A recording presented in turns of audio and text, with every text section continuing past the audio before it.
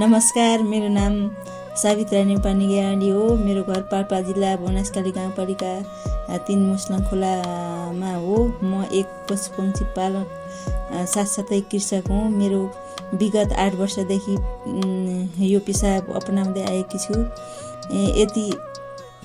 यसअघि म शिक्षण पेसामा संलग्न थिएँ, तर शिक्षण पेसाबाट प्राप्त पारिश्रमिकले घर परिवारका आवश्यकताहरू परिपूर्ति हुन नसकेको कारणले त्यसपछि म कृषि क्षेत्रमा देखिएका अवसरहरूलाई मध्यनजर गर्दै म कृषि तथा पशुपक्षी पालन पेसातर्फ आकर्षित भएँ।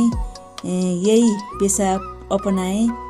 म अर्ग्यानिक तरकारीहरू आंशिक रूपमा बिक्री वितरणका साथै घरैसी उपभोगका लागि आफ्नै बारीमा तरकारी खेती गर्दै आएको छु। यसबाट परिवारको दैनिक खाद्य आवश्यकताहरू सहज रूपमा पुरा हुँदै आएका छन्। साथै स्थानीय बजारमा बिक्री गर्दा थप आर्थिक आम्दानीको स्रोत समेत बनेको छ। म रिम्बारी एकीकृत कृषि तथा पशुपक्षी फर्मको प्रोप्राइटर हुँ।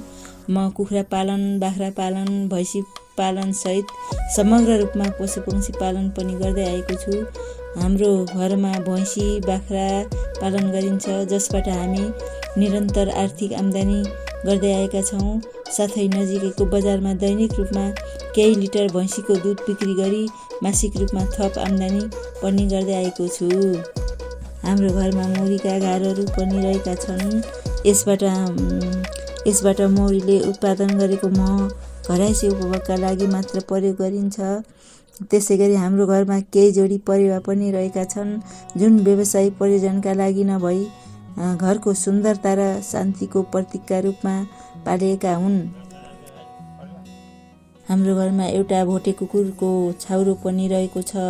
कृषि क्षेत्रमा बाँदरले अति नै क्षति पुर्याउने भएकोले यसको संरक्षणका लागि यो पालिएको हो।